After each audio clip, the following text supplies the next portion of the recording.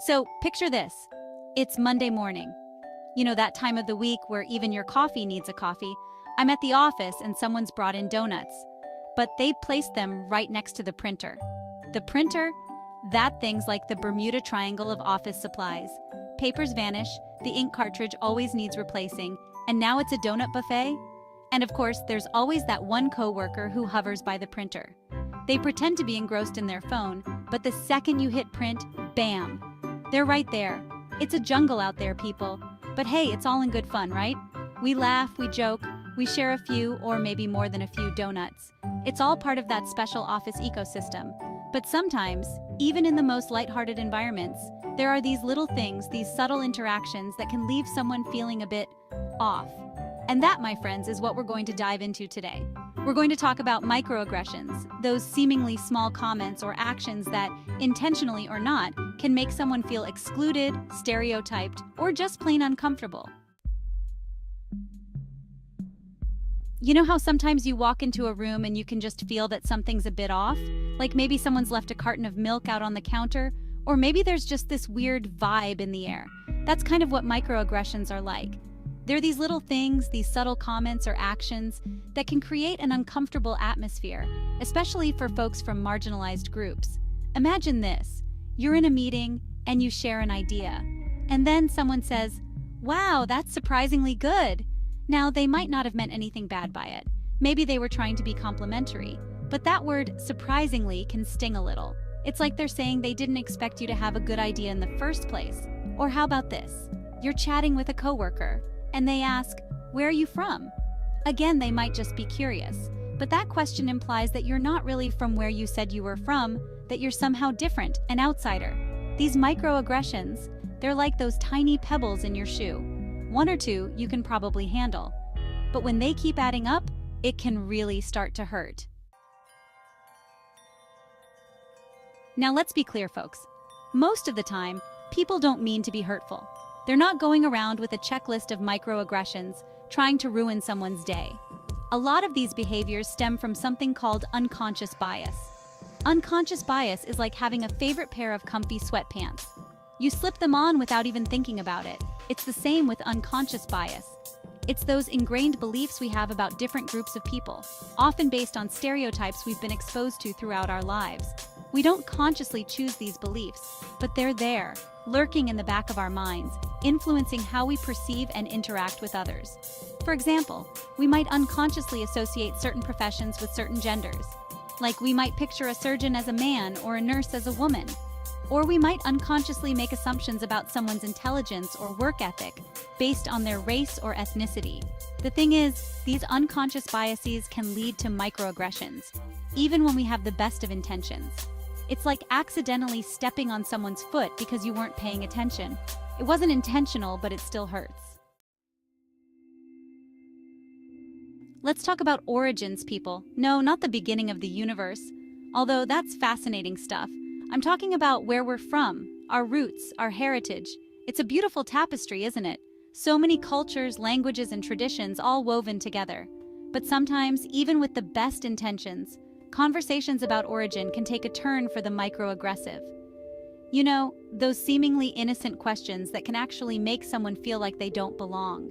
Imagine this. You're at a work event, and someone asks, "So where are you from?" You tell them, but they look confused. "No, I mean, where are you from?" they press. Now, maybe they're just trying to make conversation. But that question implies that you're not really from where you said you were from, that you're somehow different, an outsider. It's like they're saying, "You don't look like you belong here." Or how about this? You're sharing a story about your family, and someone says, "That's so interesting. Your culture is so different." Again, maybe they're trying to be complimentary, but that word different can feel othering, like they're highlighting your otherness, making you feel like you're not part of the group. Imagine this. You're the only woman in a meeting and someone asks you to take notes. Now, maybe they just assumed you were good at taking notes. But that assumption is based on a stereotype, the idea that women are naturally more organized and detail-oriented. Or how about this? You're a person of color who's really good at math and science, and someone says, "Wow, you're so articulate." Again, they might have meant it as a compliment, but that compliment is based on a stereotype, the idea that people of color aren't expected to be articulate or intelligent. Narrator, stereotypes. They're like those persistent telemarketers who keep calling during dinner, even though you've told them a million times you're not interested. They just don't seem to get the hint, do they? We've all encountered stereotypes. They're those oversimplified, often inaccurate beliefs we have about people based on their race, gender, religion, sexual orientation, or any other group identity. They're like those old, dusty boxes in the attic filled with outdated ideas and assumptions. And just like those boxes, it's time to unpack these stereotypes and take a good, hard look at what's inside. Because here's the thing, stereotypes can be harmful. They can limit our understanding of individuals and perpetuate prejudice and discrimination.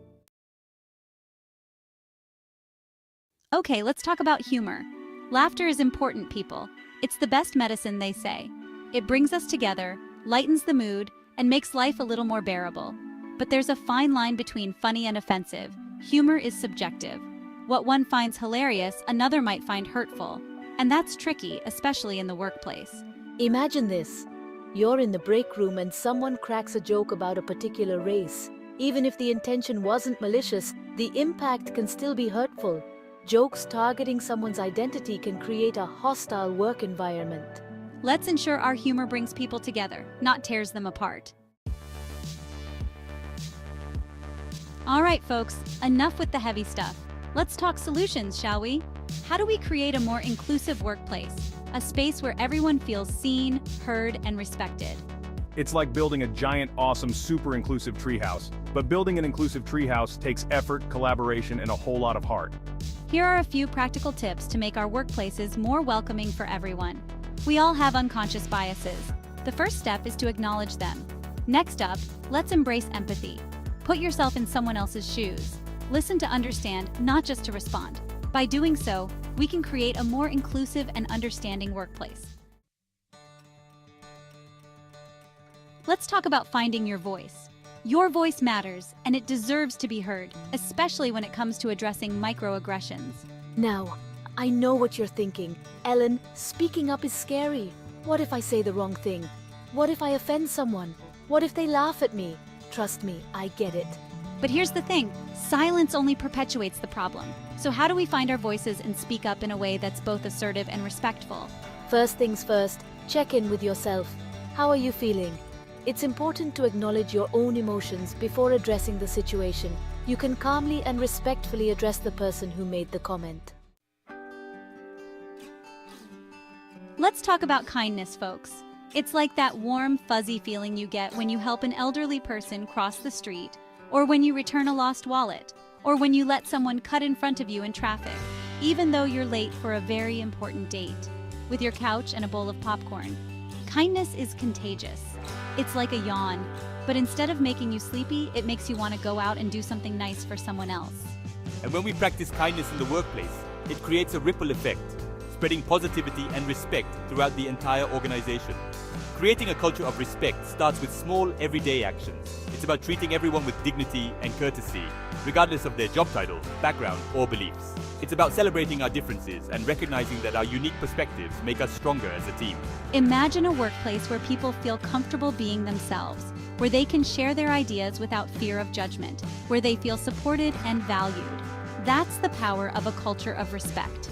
It's a workplace where everyone feels like they belong, like they're part of something special. So here we are, folks, at the end of our journey. We've laughed, we've learned, and hopefully, we've gained a deeper understanding of how to create a more inclusive and respectful workplace. Remember that office I described earlier, the one with the donuts by the printer and the coworker who always seems to be lurking nearby? Well, imagine that same office, but this time it's different. There's a sense of camaraderie in the air, a feeling of belonging. People are chatting and laughing, sharing stories and ideas. And when someone makes a comment that could be perceived as insensitive, instead of letting it slide, someone gently speaks up, educating their coworker with kindness and understanding. This is the power of awareness, empathy, and action. It's about creating a workplace where everyone feels seen, heard, and valued for who they are. It's about building a workplace where everyone can thrive, contribute their unique talents, and reach their full potential. Let's make our workplaces a reflection of the best versions of ourselves, a place where kindness, respect, and inclusivity reign supreme. After all, a happy workplace is a productive workplace, and who doesn't love a little bit of happiness sprinkled into their workday?